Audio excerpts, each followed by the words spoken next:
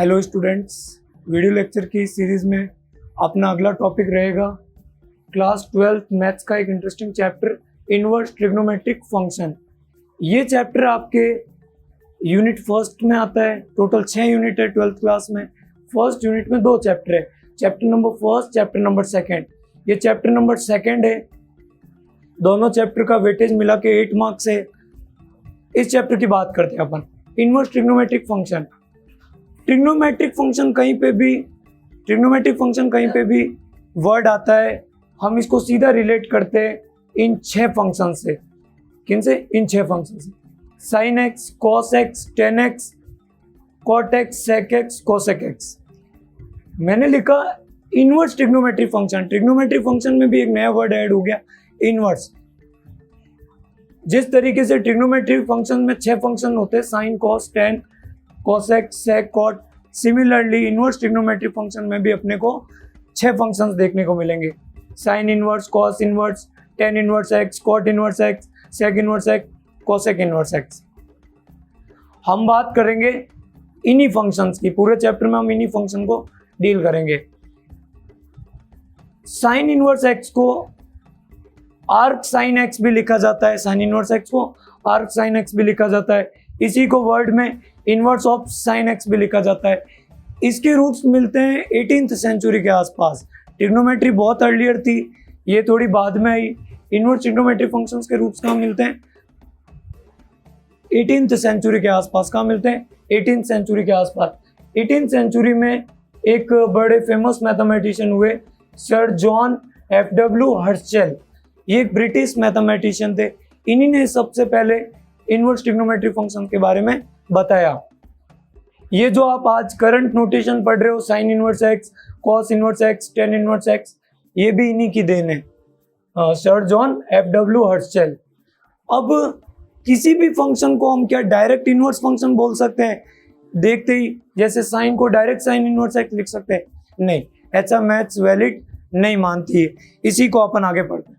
जैसे मैंने एक फंक्शन लिखा f जो एक सेट a से b पे डिफाइन है। मैंने एक फंक्शन लिखा f जो सेट a से b पे डिफाइन है। मैंने एक फंक्शन q लिखा जो वापस b से a पे डिफाइन है, मतलब जस्ट उल्टा। तो क्या मैं डायरेक्ट f और q को एक दूसरे का इनवर्स फंक्शन बता सकता हूँ? एक है a से b जा रहा है, एक है b से a आ रहा है, मतलब लगभग इनवर्स वाला काम हो रहा है। तो क्या इनको देख के अपन ऐसा बोल दे कि f और q एक दूसरे के इनवर्स फंक्शन है? नहीं, ऐसा हम नहीं बोल सकते। ऐसा हम नहीं बोल सकते। किसी भी फंक्शन के दूसरे फंक्शन, किसी भी फंक्शन का इनवर्स होना या नहीं होना वो डिपेंड करता है 2 कंडीशन पे, कि एफ क्यू का इनवर्स है या नहीं है, या क्यू एफ का इनवर्स है या नहीं है। ये 2 कंडीशन पे डिपेंड करता है। When a function have invertible, किस फंक्शन का इनवर्स एग्जिस्ट करता है या नहीं करता है, वो 2 कंडीशन पे डिपेंड होता है। उसकी बात करते हैं। पहली कंडीशन, इन दोनों फंक्शंस का आप कंपोजिट फंक्शन निकालो। वो ऐसे लिखा जाता है एफ ऑफ क्यू, या लिखा y। अगर F of Q of y मैं सॉल्व करता हूँ और मेरे को रिजल्ट y में मिल जाता है, जिसको मैं आई ऑफ y भी पढ़ता हूँ, ये मिल जाए तो मैं बोलूँगा एफ क्यू का क्या है? इन्वर्टिबल है। या second condition, Q of F निकालूँ मैं और मेरे को रिजल्ट वापस x मिल जाए, तो मैं बोलूँगा एफ का इन्वर्स क्या है? क्यू है। या एफ क्या है? Invertible function. इन्वर्टिबल फंक्शन का मतलब वो फंक्शन जिनके कोई ना कोई इन्वर्स एग्जिस्ट हो। ठीक है, पहली कंडीशन तो ये थोड़ी बाउंस कंडीशन चली जाती है, थोड़ी डिफिकल्ट चली जाती है। सेकंड कंडीशन बहुत इजी है, उसकी बात करते हैं। ये फर्स्ट कंडीशन के 2 पार्ट थे, अब सेकंड कंडीशन की बात करते हैं। सेकंड कंडीशन कहती है किसी भी फंक्शन का, जैसे मैं बात कर रहा हूँ एफ, किसी भी फंक्शन का इन्वर्स तब एग्जिस्ट करेगा जब वो बाइजेक्टिव होगा। क्या होगा? बाइजेक्टिव होगा। बाइजेक्टिव का क्या मीनिंग है? बाइजेक्टिव का मीनिंग है उस फंक्शन में 2 क्वालिटी होनी चाहिए। वो 1-1 होना चाहिए एंड वो ऑन टू होना चाहिए। वो 1-1 होना चाहिए एंड वो ऑन टू होना चाहिए। अब 1-1 ऑन टू कोई अपन आगे डिस्कस करेंगे। 1-1 ऑन टू कोई अपन आगे डिस्कस करेंगे। अब जैसे हमारे पास है साइन एक्स, जैसे हमारे पास क्या फंक्शन है? साइन एक्स फंक्शन है। तो क्या इनको हम डायरेक्ट इन्वर्टिबल फंक्शन बता सकते हैं? क्या हम इनको देखते ही ऐसा बोल दे कि इसके ऊपर बस एक नोटेशन लगा दो और ये हो गया इन्वर्स? नहीं, ये वैलिड नहीं होता है, मैथ्स के परसेप्शन से ये वैलिड नहीं होता है। अब अपन आगे इन्हीं की बात करते हैं। मैं ये सब रफ कर रहा हूँ, आपको स्क्रीनशॉट लेना है या नोट करना है, जो भी आपको कंफर्ट लगे।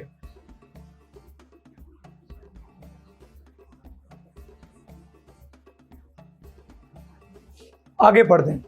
तो क्या हम साइन एक्स को देखते ही ऐसा बोल दें कि वो इन्वर्स फंक्शन होगा या नहीं होगा? वो डिपेंड करेगा कुछ फैक्टर्स पे, उन्हीं की बात करते हैं। जैसे मैंने लिखा साइन एक्स, क्या लिखा मैंने? Sine x. साइन एक्स में यहाँ ये जो एक्स है ना, यहाँ पे सारे एंगल्स रखे जाते हैं। क्या रखे जाते हैं? वैल्यू ऑफ एंगल्स रखी जाती है, ठीक है। 0 डिग्री, 30 डिग्री, 45 डिग्री, ठीक है, 60 डिग्री, डिफरेंट वैल्यू, आप जो आपको कंफर्ट लगे कोई भी वैल्यू रख सकते हो, एनी रियल नंबर। माइनस में भी चलता है, -30 डिग्री, -45 डिग्री, -60 डिग्री, ये चलता जाता है, ठीक है। तो यहाँ पे आप कुछ ना कुछ वैल्यूज रखोगे और वापस आपको न्यूमेरिकल वैल्यू मिलेगी, नंबर मिलेंगे। साइन एक ऐसा फंक्शन है, आप कोई भी एंगल उसमें रखो, ये आपको -1 से लेके +1 तक की वैल्यू एज अ रिजल्ट देगा। जैसे अगर आप किसी फंक्शन का इन्वर्स पढ़ना चाह रहे हो तो पहले उस फंक्शन को अच्छे से डील करो। जैसे मैंने लिखा साइन 30 की वैल्यू होती है 1/2। कितनी होती है? 1/2। मैं लिखूँ साइन 45 की वैल्यू होती है 1/√2। कितनी होती है? 1/√2। मैं कुछ डिफरेंट वैल्यू लिखता हूँ, ये तो आप सबको भी पता होगी। मैं लिखता हूँ साइन 150 डिग्री, साइन 150 डिग्री, इसकी भी वैल्यू होती है 1/2। मैं बोलूँ साइन 120 डिग्री, साइन 120 डिग्री, इसकी वैल्यू होती है साइन 120 डिग्री, इसकी वैल्यू होती है √3/2।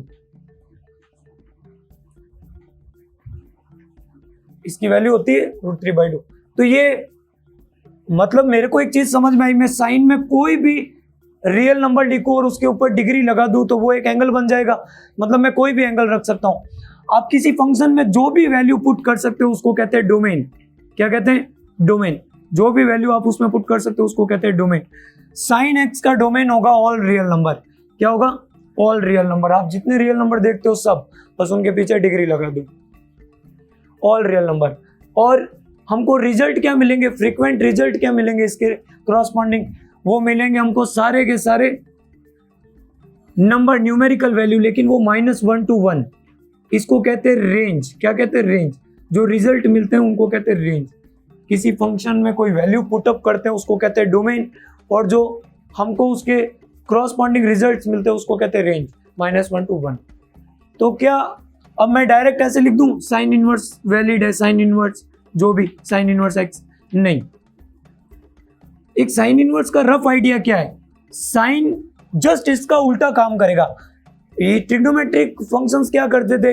एंगल रखने पे हमको क्या देते थे? Numerical value. अब साइन इनवर्स इसका जस्ट उल्टा काम करेगा। वैल्यू रखने पे क्या देगा? एंगल देगा। जैसे मैंने रखा साइन इनवर्स 1/√2। जैसे वो एंगल रखने पे वैल्यू दे रहा था, इनवर्स ट्रिग्नोमेट्रिक फंक्शन वैल्यू रखने पे आपको एंगल देंगे। साइन में 1/√2 किसकी वैल्यू होती है? 45 डिग्री की। ओके, आगे मैं बोलूं साइन इनवर्स, मैंने लिखा साइन इनवर्स 0। साइन की वैल्यू 0 कब आती है? किस किस एंगल पे साइन की वैल्यू 0 आती है? बहुत सारे एंगल पे आती है। 0 डिग्री पे, 180 डिग्री पे, 360 डिग्री पे, -180 डिग्री पे। ये तो गलत हो गया, यहाँ तो लॉजिक फेल कर रहा है। एक ही क्वेश्चन के इतने सारे आंसर कैसे वैलिड है? और ये मैथ्स है, फैक्ट्स पे चलती है, ये तो अनवैलिड हो गया। तो इसीलिए मैंने आपको शुरू में बोला किसी फंक्शन को देख के मत बोलना कि वो इन्वर्टिबल होगा, मतलब उसका इन्वर्स होगा ही होगा।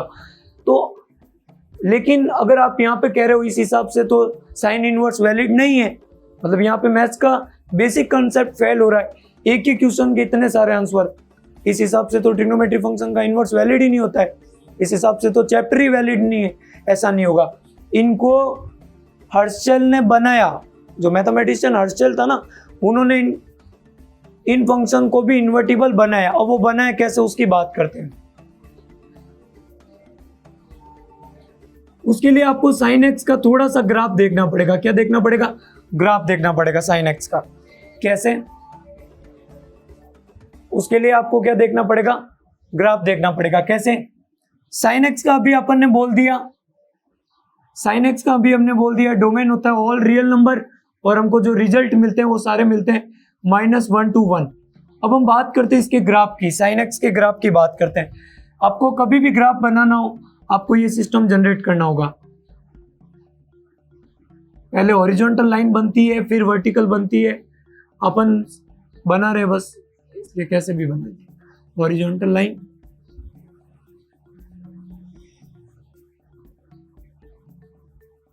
अरे ठीक है।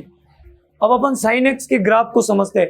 किसी आदमी को ज्यादा समझना हो, आप उसकी फोटो देखो, आपने उसके बारे में सुन लिया ये होता है, अब उसकी फोटो देख लो। अगर आपको लगेगा वो आपके काम का है तो फिर आपकी ट्यूनिंग बैठ जाएगी उसके साथ। देखते हैं, इसकी भी देखते हैं, इसका भी देखते हैं। मैं साइन एक्स का ग्राफ बनाना स्टार्ट करता हूं। ये मैंने साइन एक्स का ग्राफ बनाया।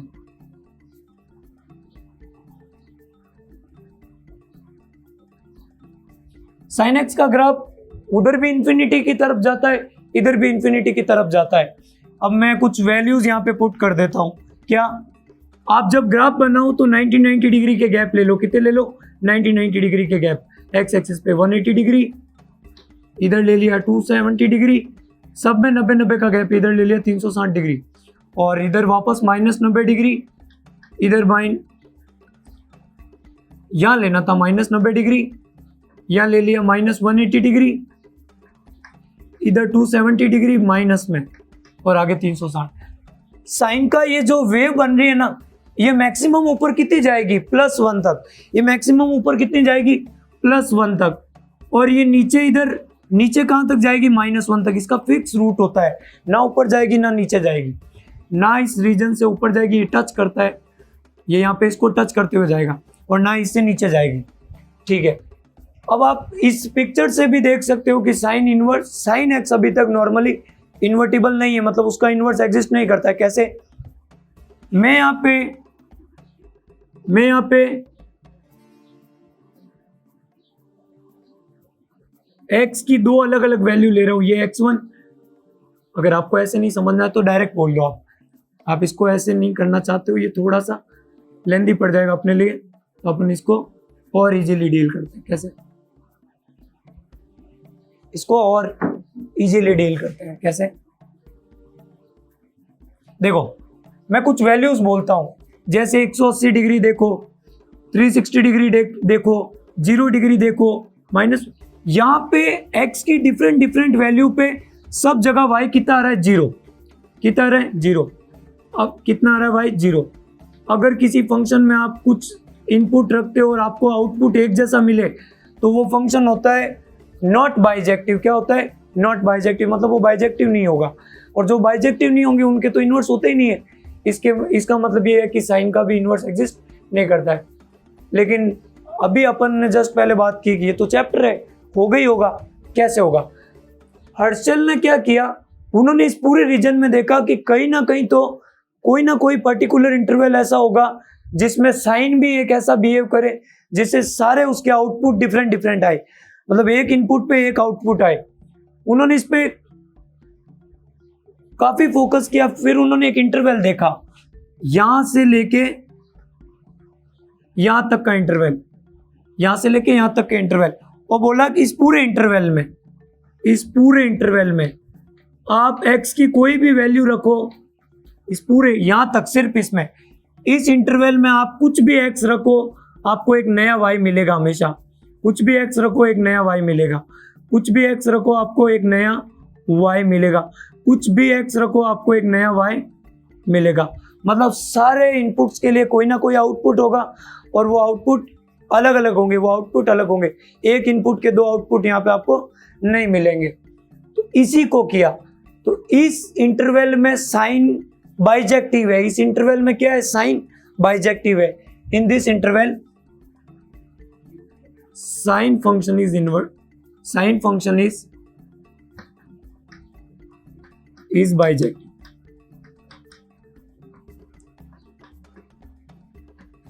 Sign function is bijective. इस इंटरवल में साइन क्या हो गया, बाइजेक्टिव हो गया।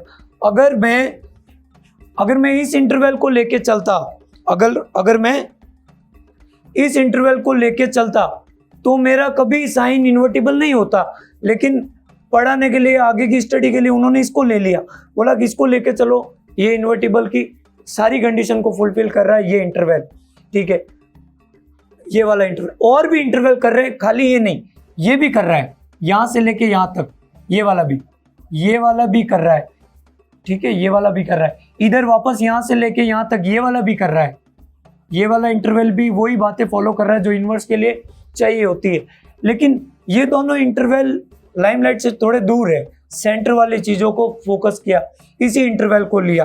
तो अब साइन एक्स भी इन्वर्स हो सकता है, तो मैं यहाँ पे लिखूंगा साइन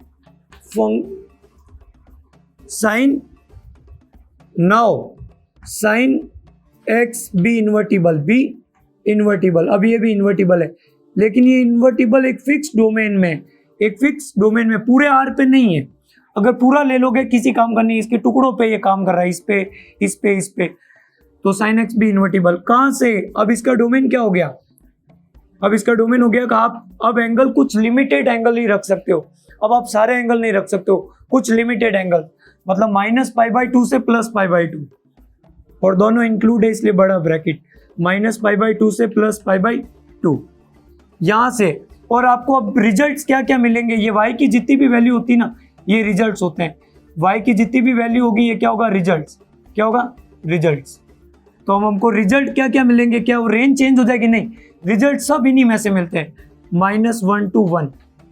तो साइन एक्स को इन टर्म ऑफ इनवर्स पढ़ने के लिए हमने उसके डोमेन को बाउंड किया, थोड़ा समझाया कि आगे की स्टडी के लिए तो थोड़ा लिमिट हो, तो उसको लिमिट में लाए। इस डोमेन को एक नया नाम दिया जाता है, रेस्ट्रिक्टेड डोमेन। क्या दिया जाता है?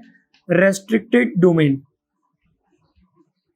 इस डोमेन के लिए x क्या है? साइन एक्स क्या है? इन्वर्टिबल। आप इस पूरे बोर्ड को नोट कर लो, स्क्रीनशॉट ले लो और आगे बढ़ते हैं। मैं इसको मिटा रहा हूं, है ना, इसको मैं मिटा रहा हूं, ठीक है। आगे बात करेंगे। अब साइन तो इन्वर्टिबल हो गया, उससे आगे की बात करते हैं, तो अब कभी भी अगर कहे साइन फंक्शन को इनवर्स की फॉर्म में पढ़ना है, तो हम डोमेन आज के बाद याद रखेंगे साइन एक्स, मेन डोमेन वही है, रियल नंबर टू -1 to 1। लेकिन जब हम कभी इनवर्स पढ़ेंगे तो साइन एक्स का जो डोमेन होगा हमारा, वो हो जाएगा -π/2 से +π/2, -90 डिग्री से +90 डिग्री। एनसीईआरटी में रेडियन में ही मिलेगा आपको एंगल। ये क्या है? -90 डिग्री टू +90 डिग्री, मतलब इनके बीच की सारी वैल्यू और ये दोनों वैल्यू भी। और वापस आपको रिजल्ट क्या मिलेगा? -1 to 1, -1 to 1 कितना मिलेगा रिजल्ट आपको? -1 to 1। अब इसको आगे बढ़ते हैं, सुनना। इसी परफॉर्म में साइन क्या होगा? इनवर्स होगा। चलो, इनवर्स क्या कहता है? जिस सेट से जिस सेट पे डिफाइन है उसको जस्ट उल्टा कर दो। इनवर्स क्या कहता है? जिस सेट से जिस सेट पे डिफाइन है उसको उल्टा कर दो। मैं अगर इस सेट से अब इस सेट पे जाऊंगा तो वो क्या हो जाएगा? Sine inverse. क्या हो जाएगा? Sine inverse. Now sine inverse x be -1 to 1 -π/2 से π/2। कोई फंक्शन जिस सेट पे पहले से डिफाइन है उसका जस्ट उल्टे कर दो, सेट को उल्टे कर दो तो वो बन जाता है इनवर्स। अब ये इनवर्स फंक्शन का डोमेन क्या होगा? -1 to 1। इनवर्स फंक्शन का डोमेन क्या होगा? -1 to 1। चलो, और ये रेंज है। क्या है? रेंज। लेकिन एनसीईआरटी में हमको क्या मिलता है? रेंज की जगह एक अजीब सा नाम देखने को मिलता है, प्रिंसिपल वैल्यू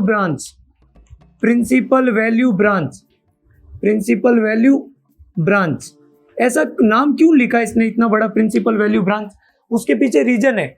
आपने अभी, मैंने ग्राफ समझाया, मैंने कहा बहुत सारे टुकड़ों में साइन इन्वर्टिबल हो सकता है, लेकिन हमने सेंट्रल टुकड़े को ही रेफरेंस दिया। बहुत सारे रेफरेंसेस थे हमारे पास लेने के लिए, लेकिन हमने बीच वाले को लिया। अब वापस बैकवर्ड करके देख लेना, वीडियो आपको मिल जाएगा। मैंने बताया ये जो होता है हम इसको ले रहे हैं, उनको नहीं लिया। तो जिस ब्रांच को आपने प्रायोरिटी दी उसी को कहते हैं प्रिंसिपल वैल्यू ब्रांच। ब्रांच तो बहुत सारी थी, जिसको प्रायोरिटी दी उसी को क्या बोला, प्रिंसिपल वैल्यू ब्रांचेस। अब साइन क्या हो गया, इन्वर्टिबल हो गया। इनवर्स फंक्शन वर्क कैसे करते हैं वो मैंने आपको बताया। जैसे अब क्या होगा, यहाँ पे आप न्यूमेरिकल वैल्यू लिखोगे।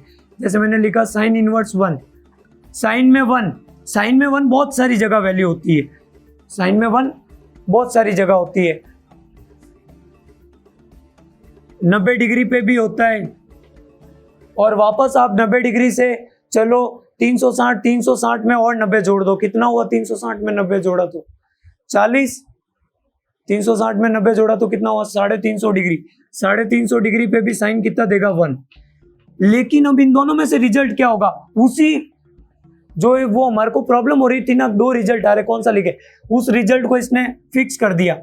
इन दोनों में से कौन सी वैल्यू इसके बीच में आ रही है, -90 डिग्री टू +90 डिग्री, तो ये वैल्यू आ रही, तो ये इसका रिजल्ट हो जाएगा कितना 90 डिग्री। कितना हो जाएगा 90 डिग्री, कितना हो जाएगा 90 डिग्री। 350 नहीं होगा, मे बी 360 + 90 करेंगे तो 400, 450 डिग्री, सॉरी 450 डिग्री है ना, मैं जल्दबाजी में भूल गया। चलो आगे बात करते हैं। अब साइन जाके कहीं इन्वर्टिबल बना है। सिमिलरली कॉस, टेन, कॉट, सेक, कॉसेक, उनको भी स्टडी करना। अब अपन बात करते हैं कॉस एक्स की। किसकी बात करते हैं, कॉस एक्स। कॉस एक्स का जनरली डोमेन क्या होता है, जनरली जब आप शुरू में कॉस को पढ़ते हो, फिर यहाँ पे सारी वैल्यू रख सकते हैं, ऑल रियल नंबर, और रिजल्ट क्या मिलता है वही। साइन और कॉस लगभग सिमिलर परफॉर्मेंस दिखाते हैं, -1 to 1 ये डोमेन, और ये इसकी रेंज, ये इसकी क्या हो गई बेटा, रेंज, ठीक है, डोमेन और रेंज। लेकिन ये भी अभी सिमिलरली साइन की तरह प्रॉपर नहीं है कि ये अभी इन्वर्स बना दे अपना। इसका भी इन्वर्स बनाने के लिए क्या करना पड़ेगा, इसको थोड़ा रेस्ट्रिक्ट, इसको थोड़ा बाउंड करना पड़ेगा। तो इसका भी ग्राफ देखते हैं, कॉस एक्स का ग्राफ। किसका देखते हैं, कॉस एक्स।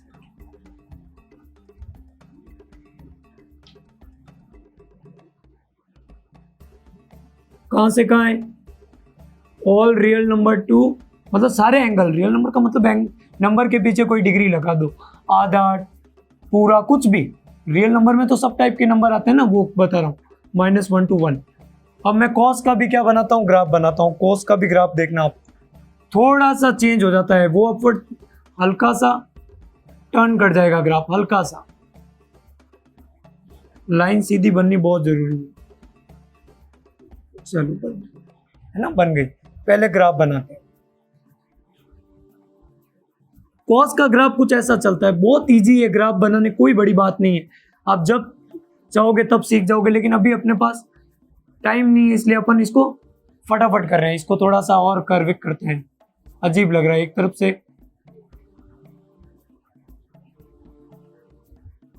अब ठीक है, मैंने कहा ना, कभी भी ग्राफ बनाओ 90 डिग्री के गैप लो, 0 डिग्री और ये 90 डिग्री, या यहाँ पे ले लिया 180 डिग्री। एक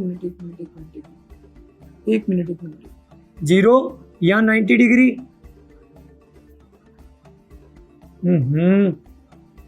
0 डिग्री, यहाँ रखा 90 डिग्री, और यहाँ पे रखा 180 डिग्री, यहाँ रख दिया 270 डिग्री।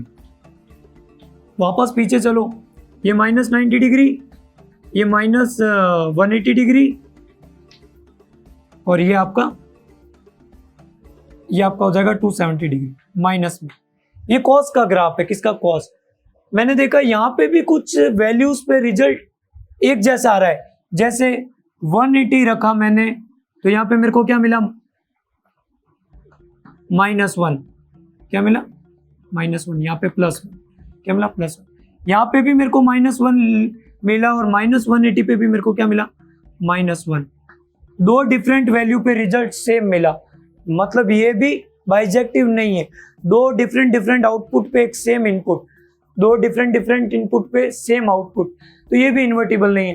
तो बोला अब इसका क्या करें, इसको भी इन्वर्टिबल बनाएंगे। तो बोला इसको भी थोड़ा रेस्ट्रिक्ट करो, थोड़ा इसको बाउंड करो। तो बोला कोई, फिर इस पे फोकस हुआ, फिर इस पे प्लानिंग हुई, तो बोला कि अरे ये वाला जो हिस्सा है ना, ये वाला यहां से लेके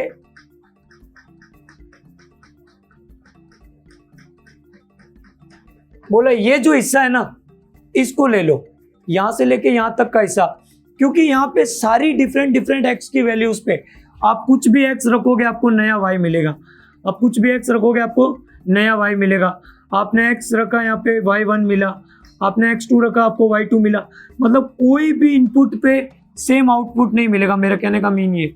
तो ये वाली ब्रांचेस इन्होंने क्या की, फाइनल कर दी, ये वाली ब्रांचेस इन्होंने क्या की, फाइनल कर दी। तो इस ब्रांचेस को रेस्ट्रिक्ट किया, तो कहाँ से कहाँ तक किया, तो अब cos x को इन्वर्स में पढ़ने के लिए पहले उसका डोमेन रेस्ट्रिक्ट किया, वो क्या हो जाएगा 0 to पाई, और रिजल्ट क्या मिलेंगे वही -1 to 1, -1 to 1। तो ये हो गया रेस्ट्रिक्टेड डोमेन, क्या हो गया रेस्ट्रिक्टेड डोमेन, रेस्ट्रिक्टेड डोमेन। और जब भी इन्वर्स चाहिए, अब ये इन्वर्स बनने के लिए कैपेबल है, तो बस जस्ट उल्टा कर दो इसका, क्या कर दो जस्ट उल्टा, -1 to 1 और 0 to पाई, और इसको कहते हैं प्रिंसिपल। वैसे तो कॉस इनवर्स के लिए ये रेंज है, क्या है रेंज है, लेकिन इस ब्रांच को अपन ने मेन रखा, ब्रांच तो ये भी वैलिड थी, ब्रांच तो ये भी वैलिड थी, लेकिन हमने उसको फाइनल रखा, तो इसको बोला principal value branch, principal value branch, और ये हो गया कॉस इनवर्स का डोमेन। ठीक है, आगे भी अपन सक्सेसिव लेक्चर लेके बहुत जल्दी मिलेंगे। पहले अपन बात करेंगे, अगर आपको ये नहीं दिखा हो तो मैंने बोला है आ जाएगा, है ना। अब मेरा अगला वीडियो लेक्चर आएगा क्लास 10 चैप्टर नंबर 2 पॉलिनोमियल पे, बहुत ही जल्दी, है ना। ओके।